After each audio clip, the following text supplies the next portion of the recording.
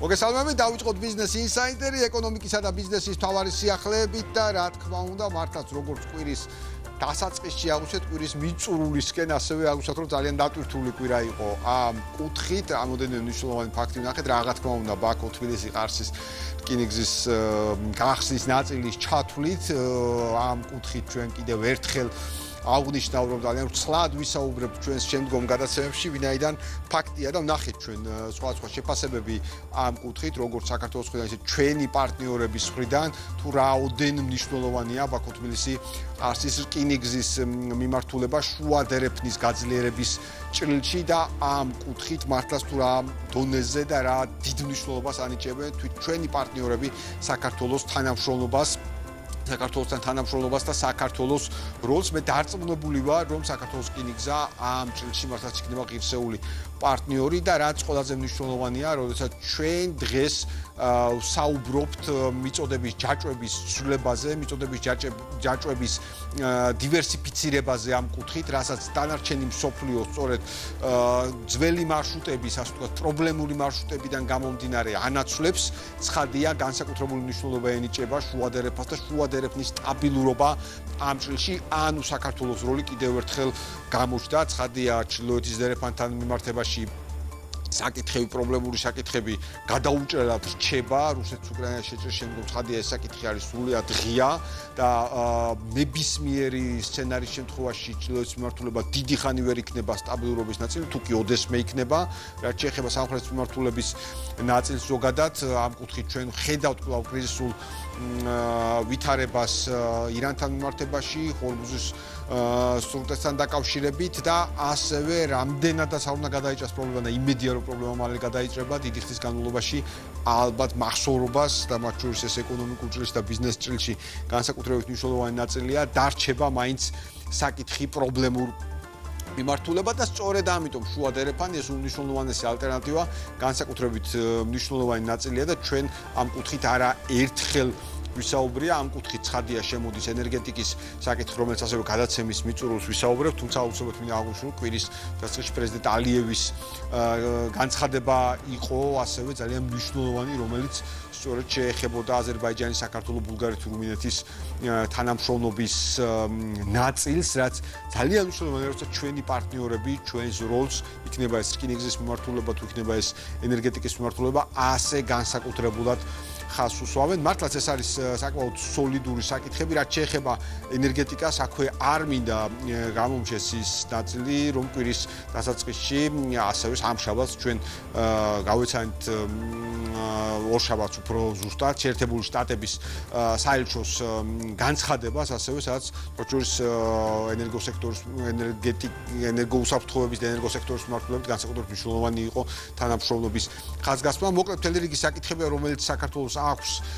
სამუშაო და რომელიც სამუშაოდაც საქართველოს სიამოვნებით ასრულებს, ვინაიდან ეს არის ჩვენი ეროვნული ინტერესები და ამავდროულად ჩვენი ის პოზიტიური ვალდებულება, ვიტყოდი ასე, რომელიც უზრუნველყოფს რეგიონის და მთლიანად ევროპის თუ ევროკავშირის ენერგეტიკულ და ეკონომიკურ საფრთხობაში საკუთარი წვლის შეტანას და რა თქმა უნდა, როცა ჩვენ საუბრობთ საქართველოს ეკონომიკურ პოტენციალზე, საქართველოს ეკონომიკურ სიძლიერეზე, შუა დერეფანზე, ერთის მხრივ, მეორეს მხრივ ქვეყნის დივერსიფიცირებულად მდგრად ეკონომიკურ პოლიტიკაზე, ამ კუთხით აუცილებელია საქართველოს მაჩვენებლები შევაფასოთ სხვადასხვა ჭრილში. ჩვენ გვქონდა საშუალება კვირის დასაწყისში გვესაუბრა საქსტატის მიერ მოწოდებულ ინფორმაციაზე ეკონომიკური ზრდის პოზიტიური დინამიკის კუთხით, ვნახეთ მაჩვენებლები აპრილის ჩათვლით, თუმცა რა თქმა უნდა ჩვენთვის განსაკუთრებით მნიშვნელოვანია ამ შემთხვევაში ნომერ პირველი საინვესტიციო ბანკის ჩვენი უმნიშვნელოვანესი პარტნიორის გალთენ თაგართის შეფასებები და გალთენ თაგართის ერთ-ერთი ძალიან მნიშვნელოვანი ანალიტიკური ნაშრომიდან ჩვენ ამოვიღეთ რამოდენიმე საინტერესო საკითხი, რომელიც გვინდა სწორედ ახლა გაგიზიაროთ და ასე გავიაროთ, მივახციოთ ყურადღება ამ ნაწილს და ამ მიმართულებას თუ რაზე ამახვილებს გალთი ყურადღებას. პირველი დიაგრამა თუ შეიძლება სადაც გალთენ თაგართი სამ ძირითად მიგნებას, ასე ვთქვათ, სამ ძირითად აქცენტს აკეთებს მის დასკვნაში, მის შეფასებაში, სადაც აღნიშნულია 2026 წლის აპრილში საქართველოს ეკონომიკა სრულად 6.2%-ით გაიზარდა, რაც კიდევ ერთხელ მაღალი მაჩვენებელი აქვს. ჩვენ შევხედავთ 6.2%-იან მაჩვენებელს, 6.2%-იანი მაჩვენებელი არის მაღალი მაჩვენებელი ყველა საერთაშორისო საფინანსო ინსტიტუტის მაჩვენებელთან მიმართებაში, პროგნოზთან მიმართებაში, მაგრამ ჯამში ჩვენ ვსაუბრობთ 6.2%-ზე აპრილის ჭრილში, მაგრამ გალთი აღნიშნავს, რომ ამ ზრდის შედეგად 2021 წლის პირველ 4 თვეში რეალური კლიანტთა პროდუქტის საშუალო ზრდამ 8.3% შეადგინა. ხო, რას ნიშნავს 8.3%, რომ შევხედოთ ამ კუთხით. ასევე ჩემს მიერ ნახსენები ყველა საერთაშორისო საფინანსო ინსტიტუტი, საერთაშორისო სავალუტო ფონდი, მსოფლიო ბანკი, აზიის განვითარების ბანკი, ევროპის რეკონსტრუქცია განვითარების ბანკი, ცალკე სარეიტინგო სააგენტები, სააგენტოები, ფიჩი, მუდისი, ამ შემთხვევაში საქართველოს ეკონომიკური ზრდის პროგნოზს აუმჯობესებენ მიმდინარე წლისთვის, თუმცა აი ეს მაჩვენებელი არც ერთს არ აქვს ამ შემთხვევაში დაფიქსირებული და პროგნოზირებული მაჩვენებებზე ის რაც საერთაშორისო საფინანსო ინსტიტუტებს აქვს პროგნოზირებული მაჩვენებელი ამ შემთხვევაში არის 8.3% არის 2-3%-ით უფრო მაღალი ვიდრე პროგნოზირებული, ანუ გაუმჯობესებული პროგნოზირებული მაჩვენებლებია და რა თქმა უნდა ეს ძალიან მნიშვნელოვანი ნაწილია. ამავდროულად ჩვენ ამ საკითხზე ჩვენ სტუმრებთან ერთადაც მოგვიწია საუბარი, მათ შორის ჩვენ ვისაუბრეთ ჩვენს გუშინდელ გადაცემაში საქართველოს საბანკო ასოციაციის წარმომადგენელთან ერთადაც ამ წელში, ისევე როგორც მანამდე შევაფასეთ საქართველოს ეროვნული ბანკის პრეზიდენტის გამოსვლაც და ეროვნული ბანკის იმ პოლიტიკასთან დაკავშირებით, რომელიც შეეხებოდა მაგალითად მონეტარული პოლიტიკის განაკვეთის ნაწილს და ვნახეთ, რომ 0.25%-იანი პუნქტით გაიზარდა მონეტარული პოლიტიკის განაკვეთი, რაცაც ძირითადში მოყვა შეფასებები ეროვნული ბანკის პოლიტიკის სიფრთხილესთან დაკავშირებით, მინდა აღვნიშნოთ ჩემი მხრიდან კიდევ ერთხელ და ეს არაერთხელ აღმინისტრებს ანონსში გადაწყვეტილების მიღების დღეს, როდესაც ჰქონდა ჩვენ საშუალება შეგვეფასებინა ეს ნაწილი, იქ ცალსახად აღვნიშნეთ, რომ ამ შემთხვევაში ეროვნულმა ბანკმა იმოქმედა აბსოლუტურად ზუსტად, ვინაიდან სწორედ შემდგომმა პროცესებმა, შემდგომმა დღეებმა, შემდგომმა კვირებმა ჩვენ მოგვცა იმისი ძალიან ნათელი აქცენტი, რომ ეს მოქმედება იყოს სწორი, ეს ფრთხილი მოქმედება იყოს სწორი, თან არ უნდა დაგვაუწყეს, რომ ძალიან მალე ახლოვდება ის პროცესი, როცა მონეტარული პოლიტიკის განაკვეთის შემდგომი, ასე ვთქვათ, დადგენა იქნება, შემდგომი გადაწყვეტილება გამოცხადება მონეტარული პოლიტიკის კომიტეტის, შემდგომი გადაწყვეტილება გამოცხადდება და ეროვნულმა ბანკმა სწორედ ამ გადაწყვეტილების დროს, როცა საუბარი იყო 0.25%-იან ზრდაზე, აღნიშნა, რომ შესაბამისი სხვა თანამედროვეობის შემთხვევაში შესაბამისი ვითარება გადაიხედებოდა და ახალი გადაწყვეტილება იქნებოდა მიღებული. ვნახოთ ამ კუთხით თუ რა ვითარება გვექნება, ვითარების სტაბილიზაციას ჩვენ ამ კუთხით ვხედავთ, ასევე ვხედავთ მაღალ ეკონომიკური ზრდის მაჩვენებელს, ასევე ვხედავთ სხვა ტიპის პროგნოზებით ინფლაციის დაახლოების მიმართულებას მიზნობრივ მაჩვენებელთან, 3%-იანი მაჩვენებელია მიზნობრივი ინფლაციის ამ წელში და ჩვენ ამ მოხლებაში ინფლაციის ნაწილზეც ვისაუბრებთ, თუმცა უნდა აღინიშნოს, რომ ნებისმიერ შემთხვევაში ჩვენ ახალ გადაწყვეტილებას ველოდებით და კიდევ ერთხელ ჩემი აზრით დადასტურდა ეროვნული ბანკის ამ გადაწყვეტილების სისწორე, რომელიც აქ გალთენ თაგართის შემთხვევაში არის გამოვლენილი როგორც სამი მთავარი აქცენტიდან ერთ-ერთი და რა თქმა უნდა კურსი, რომლის შესახებაც ჩვენ ფაქტიურად ყველა გადაცემას ვიწყებთ ხოლმე, მე მგონი აზრი აღარ აქვს ამ ნაწილში გადაცემის დაწყებას, ვიდრე ვხედავთ ლარის კურსის გამყარების ტენდენციას დოლართან, ევროსთან მიმართებაში, ჯამურად ფუნტთან მიმართებაში, მოკლედ ლარის კურსის გამყარების ტენდენციას ვხედავთ, ამ შემთხვევაში დოლართან მიმართებაში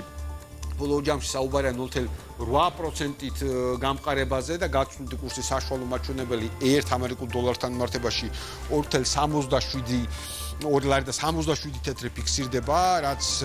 ჯამში ძალიან საინტერესოა ამ თვალსაზრისით, ვინაიდან კიდევ ერთხელ, როდესაც გლობალურად მსგავსი ტიპის დაძაბულობა გვაქვს, ყოველთვის მის ხოლმე კითხვა, რატომ არ ხდება საქართველოზე ამ კუთხით გადმოცემა სწორედ გლობალური დაძაბულობის ამ მაჩვენებლის და ძალიან მარტივია ამ შემთხვევაში პასუხი. საქართველოს გეოგრაფია ცხადია არ შეუცვლია. კიდევ ერთხელ ხშირად მომყავს ეს მაგალითი, უბრალოდ საქართველოს აქვს სწორი ეკონომიკური პოლიტიკა, სტაბილური მაკროეკონომიკური და ფისკალური პოლიტიკა, ჯანმრთელი ფისკალური პოლიტიკა, რომელიც უზრუნველყოფს იმ მდგრადობას, რომელიც ჩვენ გვაქვს ამ კუთხით და გადმოცემის ეფექტი ამ შემთხვევაში არის მინიმალური და მინიმალური იქნება გადმოცემის ეფექტი, ამას პროგნოზირებენ ასევე საერთაშორისო საფინანსო ინსტიტუტები და ცხადია ეს მნიშვნელოვანი კომპონენტია და ძალიან მნიშვნელოვანი აქცენტია. ჩვენ ვრცლად ვისაუბრებთ კიდევ ამ ნაწილზე. შემდგომი გრაფიკა თუ შეიძლება, სადაც შევხედავთ სწორედ საბანკო სექტორის მაჩვენებლებს, ვინაიდან ბევრ საუბრობთ ჩვენ საბანკო სექტორის გრადობასთან დაკავშირებულ საკითხზე, მართლაც ახლა გუშინდელი გადაცემის ნაწილი ძალიან საინტერესო ანალიტიკური მიმართულებით სწორედ საბანკო სექტორს შეეხებოდა. გალთენთაგართი პირველ რიგში უნდა აღვნიშნოთ, რომ უცვლად ინარჩუნებს საქართველოს 2026 წლის ზრდის პროგნოზს. ეს არის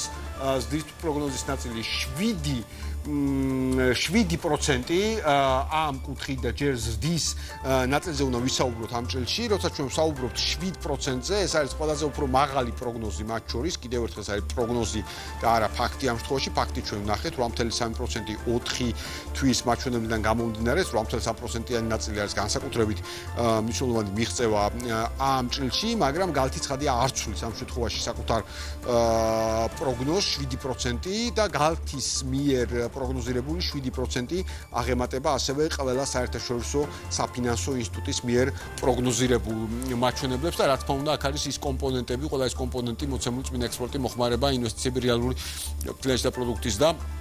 რომელიც აღნიშნავს აი სწორედ აი ამ დიაგრამიდან გამომდინარე და მისი შემადგენელი კომპონენტებიდან გამომდინარე. მთავარი აქცენტი და მთავარი ხაზი, რაც ჩვენ აქ უნდა ვნახოთ, არის სწორედ 7%-იანი პროგნოზი, ანუ საქართველოს ეკონომიკა წელსაც გაიზრდება განსაკუთრებულად მაღალი მაჩვენებლით, რაც რა თქმა უნდა შემდგომში აისახება ყველა იმ სიკეთეებზე, რომელზეც მათ შორის ჩვენ მაგალითად როშაბაც გადაცემაში აღნიშნავდით, იქნებოდა ეს სიღარიბის კლების ტენდენცია, შემოსავლების დის მიმართულება და ასე შემდეგ. შემდგომი გრაფიკა თუ შეიძლება, სადაც ჩვენ შემდგომ გრაფიკაზე ყურადღებას გავამახვილებთ უკვე მონეტარული პოლიტიკის ზომიერად გამკაცრების შენარჩუნების მოლოდინზე, ანუ ზუსტად იმ ნაწილის საუბარი მინდა გავაგრძელო, რომელიც სამი მთავარი აქცენტიდან გალთენთაგარს ჰქონდა აღნიშნული ერთ-ერთი უმნიშვნელოვანესი აქცენტი ამ ჭრილში, ეს იყო 0.25%-იანი ზრდა და თუ ერთის მხრივ ჩვენ ვსაუბრობთ გალთენთაგართის შემთხვევაში ეკონომიკის 7%-იან ზრდაზე, მეორე შემთხვევაში ჩვენ უნდა ვისაუბროთ ამ კუთხით, აუცილებლად ამ წელში უნდა ვისაუბროთ, რომ კვლავ მონეტარული პოლიტიკის ზომიერად მკაცრად შენარჩუნების მოლოდინი არსებობს. რას ნიშნავს ზომიერად მკაცრად შენარჩუნების მოლოდინი, ხომ? 0.25%-იანი პროცენტული პუნქტით, 0.25%-იანი პუნქტით ზრდაზე ვსაუბრობთ და ვსაუბრობთ, რომ უახლოეს დღეებში იქნება შემდგომი მონეტარული პოლიტიკის კომიტეტის სხდომა და ახალი გადაწყვეტილება. ზომიერი მოლოდინი ბუნებრივია ერთის მხრივ შეიძლება ნიშნავდეს სწორედ არსებული მაჩვენებლის შენარჩუნებას, თუმცა ალბათ არ არის ჩემი აზრით გამორიცხული 0.25%-ით შერბილება, რაც ასევე ზომიერად მკაცრი იქნება, ვინაიდან უბრალოდ დაუბრუნდება მაჩვენებელი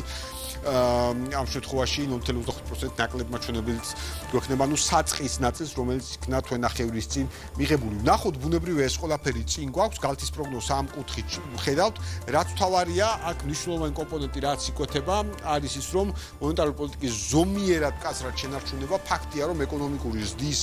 მაჩვენებლებზე არ აისახება, გვაქვს კვლავ მაღალი ეკონომიკური ზრდის მაჩვენებელი,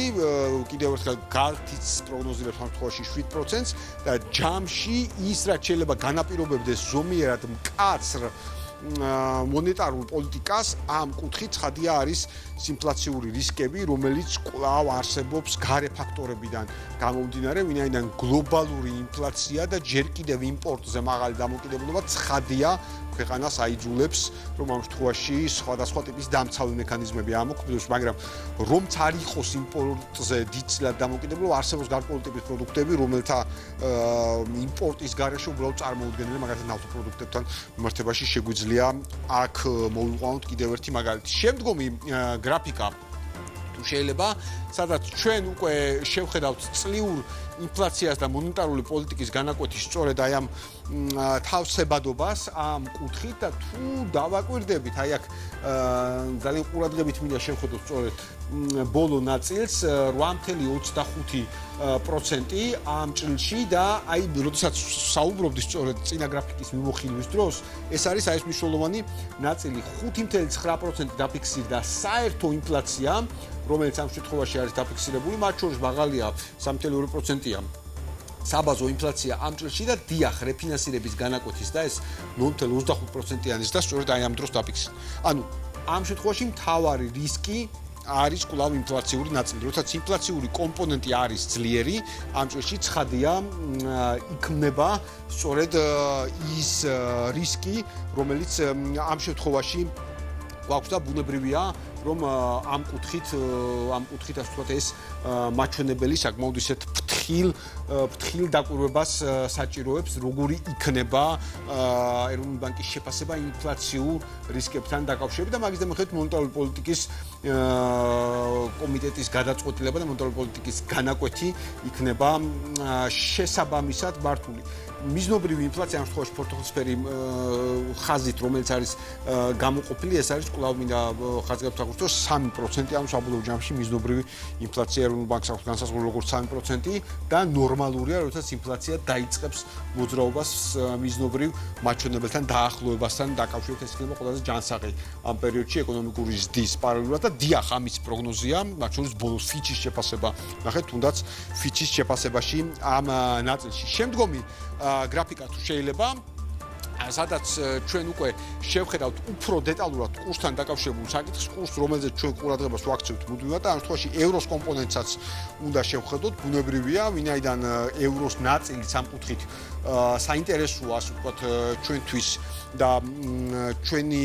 მთლიანობაში, ჩვენი მოქალაქეებისათვის, განსაკუთრებით იმ კომპანიებისთვის, რომლებიც შესაბამის ვალუტას იყენებენ ვაჭრობისთან საგადახდო საშუალებებისთვის, 2.7%-ია, აი დოლარის მაჩვენებელს ხედავთ, გარკვეული მცირე ტურბულენციის შემდგომ იწყებს 2.77-ის მაჩვენებელზე დაბრუნებას და ასევე ხედავთ ევროს ნაწილს 3.11 ეს მაისის პერიოდის განმავლობაში, რაც შეიძლება ფიქსირდებოდეს ევროს ნაწილში და აი დღესდღეობითაც მიმდინარე კვირაში ხედავთ გამყარების ტენდენციებს ამ კუთხით შეგვიძლია მანამდე ვნახოთ საკმაოდ მაღალი მაჩვენებელი, როდესაც იყო საკმაოდ ისეთი სოლიდური ტურბულენცია ამ წელში,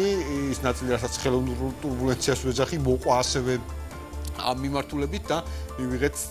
სტაბილური ნაწილი, რითი არის მათ შორის განპირობებული გამყარების ნაწილი. კიდევ ერთხელ შემოდინებები ქვეყანაში, რომელიც არის საკმაოდ სტაბილური ამ ჭრილში და ფუნდამენტური ფაქტორები, რა თქმა უნდა, შემოდინებების ნაწილში გულისხმობს სწორედ ამ ნაწილს, შემოსავლები ტურიზმიდან ამ ნახეთ სარეკორდო მაჩვენებლები ამ კუთხით, შემოსავლები ექსპორტიდან ამ ნახეთ სარეკორდო მაჩვენებლები ამ კუთხით, ნახეთ გაზრდილი გადმორიცხვების ნაწილი და ამ კუთხით სტაბილური ვითარებაა და მაღალი ინტერესი საერთაშორისო ინვესტორების მხრიდან, მათ შორის მაღალი საერთაშორისო მაღალი პირდაპირ უცხოური ინვესტიციები. ხომ ჯამში, როცა ფუნდამენტური ფაქტორების ერთობლიობა სტაბილურ გარემოში არის პოზიტიური, დიახ, ვიღებთ შემდეგ აი ამ შედეგს, რომელიც გვაქვს და რა თქმა უნდა, ეს მნიშვნელოვანი კომპონენტია. შემდგომი გრაფიკა ამ თემის ირგვლივ ასევე 2026 წლის აპრილში ამ შემთხვევაში ვსაუბრობთ ჩვენ საერთაშორისო რეზერვებთან დაკავშირებულ საკითხზე, საერთაშორისო სავალუტო რეზერვებთან დაკავშირებულ საკითხზე, რომელიც ამ შემთხვევაში აქვს დაფიქსირებული საქართველოს ეროვნულ ბანკს 6.5 მილიარდი აპრილის მაჩვენებლები და ჩვენ ვნახეთ შემდგომი შესყიდვაც, უბრალოდ ამ შემთხვევაში კონკრეტულად ამ ანგარიშში მოყვანილია სწორედ ეს ნაწილი და ეს მაჩვენებლები ამ კუთხით და 6.5 მილიარდი მართლაც არის სარეკორდო ნაწილი ამ კუთხით და ხაზი მინდა გაუწვა და ყურადღება მინდა მივაქციოთ სწორედ მწვანე კომპონენტს აღნიშნულია ოქროს რეზერვის ნაწილი დოლარის და მწვანე კომპონენტი აღნიშნულია ოქროს რეზერვის ნაწილი, რაც კიდევ ერთხელ რეზერვების დივერსიფიცირების ნაწილი ვფიქრობ ამ კუთხით განსაკუთრებით მნიშვნელოვანია, განსაკუთრებით მნიშვნელოვან შეფასებას და განსაკუთრებით მნიშვნელოვან აქცენტს აკეთებს. არ უნდა დაგვავიწყდეს, რომ რეზერვთან მიმართებაში და განსაკუთრებით ოქროს რეზერვთან მიმართებაში და მართლაც ეს ფაქტი არ არის, ასე ვთქვათ, დავიწყება მისაცემის საკითხი, შეიძლება ასე ითქვას, იყო ძალიან დიდი კრიტიკა საქართველოს ეროვნულ ბანკთან დაკავშირებით, რომ ეს იყო ზედმეტი ამ კუთხით და რაღაცა არ საჭიროებდა იყვათა სპეკულაცია ოქროს რეზერვთან დაკავშირებით. სინამდვილეში ვნახეთ ოქროს ფასის დასთან ერთად რეზერვის ღირებულების და შესაბამისად საქართველოს საერთაშორისო რეზერვების ზრდა. კიდევ ერთი დიაგრამა, რომელიც შეეხება სწორედ კვლავ ასე ვთქვათ საკითხს, რომელთაც გარკვეულად დავიწყეთ ჩვენი თემა შეფასება იმ ნაწილში, ანუ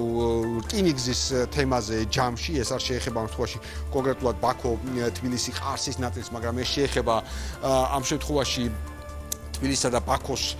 შორის პირდაპირ სარკინიგზო მიმოსვლის აღდგენას, ბაქო-თბილისის მარშრუტი,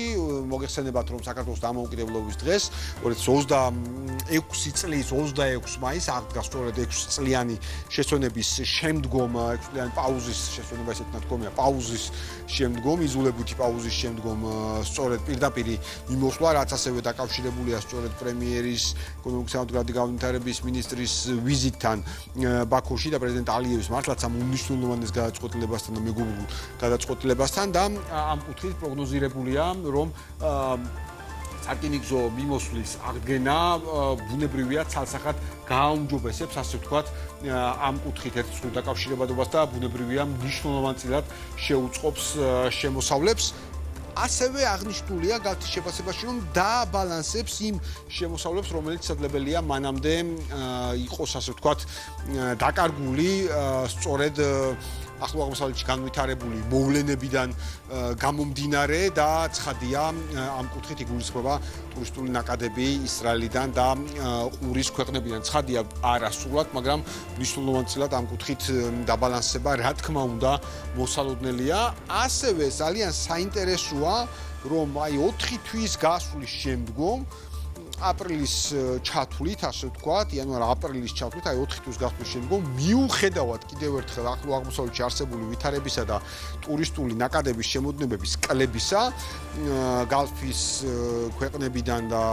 ისრაელიდან, მიუხედავად ამისა, გალთენ თაგართი უცვლელად ინარჩუნებს 2026 წლის ტურიზმიდან შემოსავლების პროგნოზს 4.9 მილიარდი $1000 ოდენობით, ანუ ერთის მხრივ გალთის პროგნოზის ნაწილში ჩვენ ვხედავთ, რომ ეკონომიკური ზრდის მაჩვენებელი და ეკონომიკური ზრდის პროგნოზი შეინარჩუნა უცვლელად და ეს არის 7% და ამ შემთხვევაში ასევე უცვლელად იქნა შენარჩუნებული, ძალიან მნიშვნელოვანი ნაწილია ტურიზმის შემოსავლები 4.9 მილიარდი.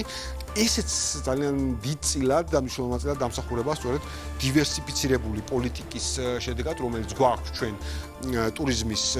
მიმართულებითაც და აი ნახეთ, სულ ცოტა ხნის წინ ჩვენ სხვადასხვა პლატფორმებზე ამის შესახებ საუბრობდით, ვისაუბრებთ აქაც ITB China-ს დასრულება და ITB China-ს ფარგლებში ასევე ძალიან მნიშვნელოვანი შეხვედრები, რომელიც დარწმუნებული მნიშვნელოვნად უზრუნველყოფს სწორედ ჩინეთიდან და აზიის ქვეყნებიდან ტურისტების ნაკადის მოზიდვას, ასევე ITB China-ს შემდგომ ტურიზმის ადმინისტრაციის დელეგაციის ნაწილი იმყოფებოდა უკვე გადაინაცვლა უკვე კორეაში, რომელიც ასევე ძალიან საინტერესო ბაზარია საქართველოსთვის. მოკლედ ტურიზმის ჭრილში პოზიტიური დინამიკა ჯამში გვაქვს, სწორედ დივერსიფიცირებიდან გამომდინარე და კიდევ ერთი გრაფიკა ამ ჭრილში, გალთენ თაგართის ამ შეფასებების ნაწილში, ეს არის უკვე საბანკო სექტორის სესხების პორტფელი სეგმენტების და მიხედვით, ასე ვთქვათ, და ნახავთ სეგმენტების და მიხედვით რას ნიშნავს ეს ნაწილი, ამ თორე საუბარია მთლიანი სესხების ნაწილზე, საუბარია საცალო სესხების ნაწილზე, რომელიც 16.4% პუნქტით ფიქსირდება. იურიდიული პირების სესხების ნაწილზე, რომელიც 11.7%. ხა როცა იურიდიული პირების სესხების ნაწილზე ბუნებრივია შემთხვევაში კორპორატიულ, ანუ ბიზნეს სესხებს ვსაუბრობთ. უპირველეს ყოვლისა 11.7% სწორედ ბიზნეს სესხების კომპონენტია, მაგრამ ძალიან საინტერესოა საცალო ნაწილის გააქტიურება ამ კუთხით, განსაკუთრებით აი სწორედ აპრილის ჭრილში, თუ შევხედავთ აპრილის მაჩვენებიდან გამომდინარე, უფრო ზუსტად თუ ჩვენ შევხედავთ თითქმის 1 წლიან ჭრილს გარკვეულწილად აი ამ მიმართულებით 8 თვიან ჭრილს ყოველ შემთხვევაში საცალო სესხების მიმართულებით გააქტიურების ნაწილი ძალიან ისეთი სოლიდური კომპონენტით გამოირჩევა და ცხადია ამ კუთხით ასევე საინტერესოა თვითონ ბიზნეს სესხების ნაწილი და მთლიანი სესხების ძალიან ჯანსაღი დინამიკა და დეპოზიტები, რა თქმა უნდა, ისევე როგორც სესხები ოღონდ დოლარიზაციის მიმართულებით, აქ ძალიან საინტერესო კომპონენტია, ვინაიდან დედოლარიზაცია იყო, ანუ ლარიზაცია სხვაგვარად რო ვთქვათ, ლარში სესხების თუ დეპოზიტების გადატანა იყო ეროვნული ბანკის ერთ-ერთი მნიშვნელოვანი პოლიტიკა სწორედ რისკების დაზღვევიდან გამონდა და ამ კუთხით ფართოდ საინტერესო კომპოზიციასთან გვაქვს ჩვენ საქმე. აი შემცირების მაჩვენებლებს რომ შევხედოთ, აი წლებიდან გამონდა 2019-დან მოყოლებული, აი ვიდრე დღემდე თუ შევხედავთ სესხების დოლარიზაცია ისევე როგორც დეპოზიტების დოლარიზაციის ნაწილი მნიშვნელოვნად შემცირებული. რაც ნიშნავს კიდევ ერთ მნიშვნელოვან კომპონენტს. ეროვნული ვალუტისადმი ნდობა არის გაძლიერებული. ანუ ეროვნული ვალუტისადმი ნეგატიური მოლოდინები არის მინიმიზირებული. ცხადია, ტურბულენცია ახასიათებს ყველა ვალუტას ამ წუთში, მაგრამ ეროვნული ვალუტისადმი ნდობა არის მაღალი. და როდესაც ჩვენ ვსაუბრობთ დეპოზიტების ზოგადად დოლარიზაციაზე, ან დედოლარიზაციაზე, ან ლარიზაციაზე, ამ შემთხვევაში აუცილებელი აღინიშნოს, რომ ამ კუთხით განსაკუთრებით მნიშვნელოვანია, ასევე გამოიყოს და განსაკუთრებით მნიშვნელოვანია ამ შემთხვევაში აღინიშნოს ერთი კომპონენტი, რომ ასევე საპროცენტო განაკვეთი საკმაოდ მიმზიდველია ლარის შემთხვევაში ეროვნული ვალუტის შემთხვევაში. ეს რაც შეეხებოდა ჩვენს მიმოხილვას დაკავშირებულს გალთენ თაგართის ანალიტიკური ნაწილიდან და როდესაც ჩვენ საქართველოს შესახებ შეფასებებზე ვსაუბრობთ, მნიშვნელოვანია ამ კუთხით ვნახოთ ასევე კვირის დასაწყისში ძალიან საინტერესო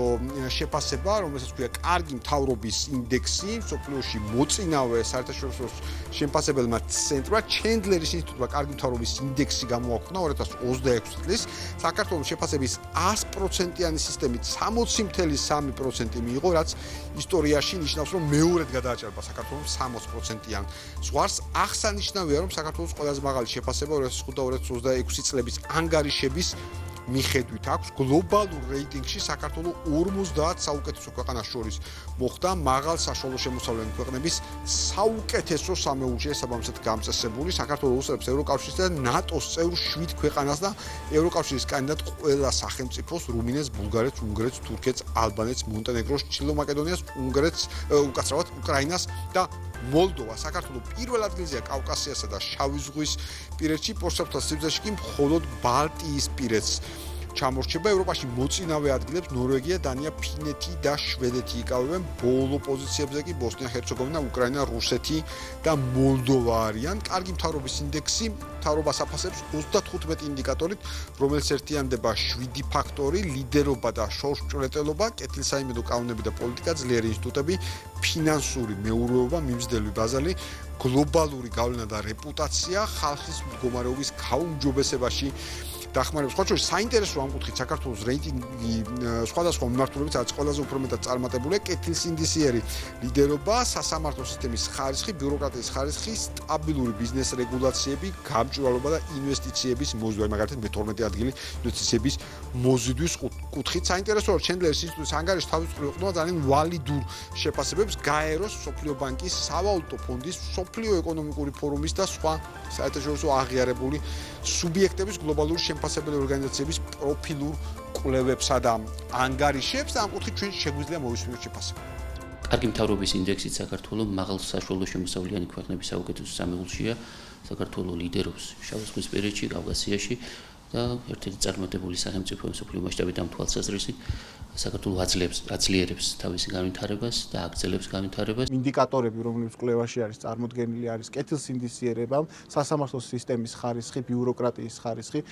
ბიზნეს რეგულირების სტაბილურობა, ასევე უცხოური ინვესტიციების მოზიდვა. ყველა მიმართულებით ჩვენ ბოლო წლების განმავლობაში ჰქონდა მნიშვნელოვანი შედეგები, თუმცა რასაკვირველია საკმარისი არ არის და მთავრობა ყველაფერს გააკეთებს, რომ ამ მიმართულებით მომავალ წლებში უკეთესი შედეგები გქონდეს. რეიტინგში ხაზგასმულია ის წარმატება, რომელიც საქართველოს გააჩნია ეფექტიანი მმართველობის და იმ რეფორმების მიმართულებით, რომელიც ზოგადად აუმჯობესებს ქვეყნის ეფექტიანობას, აუმჯობესებს მიწოდებული სერვისების ეფექტიანობას. რა თქმა უნდა, აღნიშნული მიმართულებები საქართველოს მთავრობის მნიშვნელოვან პრიორიტეტს წარმოადგენს, რა მიმართულებითაც საქართველოს აგრძელებს ბიზნეს და საინვესტიციო გარემოს შემდგომ გაუმჯობესებას. ეხლა რა თქმა უნდა, რაც ყველაზე მნიშვნელოვანია, ჩვენ ხედავთ ძალიან მარტივ რამეს, რომ როდესაც საუბარია ეკონომიკური ზრდის მაჩვენებელზე, ის რის შესახებაც ჩვენ ვსაუბრობთ, ახლა ის რის შესახებაც მთელი ეს პერიოდი ვსაუბრობთ, როცა საუბარია მათ შორის გალთენდაგარცის პროგნოზზე 7%-იან დასთან დაკავშირებით, ან საერთაშორისო საფინანსო ინსტიტუტების, ან სარეიტინგო სააგენტოების შეფასებებზე, დიახ, ეს ყველაფერი აისახება კონკრეტულ შედეგებში და ამას ზომავენ საერთაშორისო ანალიტიკური ორგანიზაციები, მათ შორის ჩენდლერის ინსტიტუტი და მნიშვნელოვანია, რომ ეს ტენდენცია, რომელიც ჩენდლერის ინსტიტუტის კარგი ამ შემთხვევაში აი ამ შეფასებაში არის აღნიშნული, განსაკუთრებით მნიშვნელოვანია, რომ ეს შეფასება სრულად, ასე ვთქვათ, იქნას გაგრძელებული 2025-2026 წელი კარგი მთავრობის ინდექსის ეს ტენდენცია უნდა გაგრძელდეს შემდგომი წლების განმავლობაში და ბუნებრივად 2030 წლისთვის როგორც ფინანსის შემოადგენელს აღნიშნავდა, მნიშვნელოვანია, რომ სათანადო შედეგი იქნას მიღწეული. დღეს კი ბიზნეს ინსაიდერი ამით დასრულებულია, ეკონომიკისა და ბიზნესის მთავარი სიახლეების შესახებ თქვენ რა თქმა უნდა შეგიძლიათ ეწვიოთ ჩვენს ვებგვერდს Business Insider-ში. მე კი ხვალამდე გემშვიდობთ.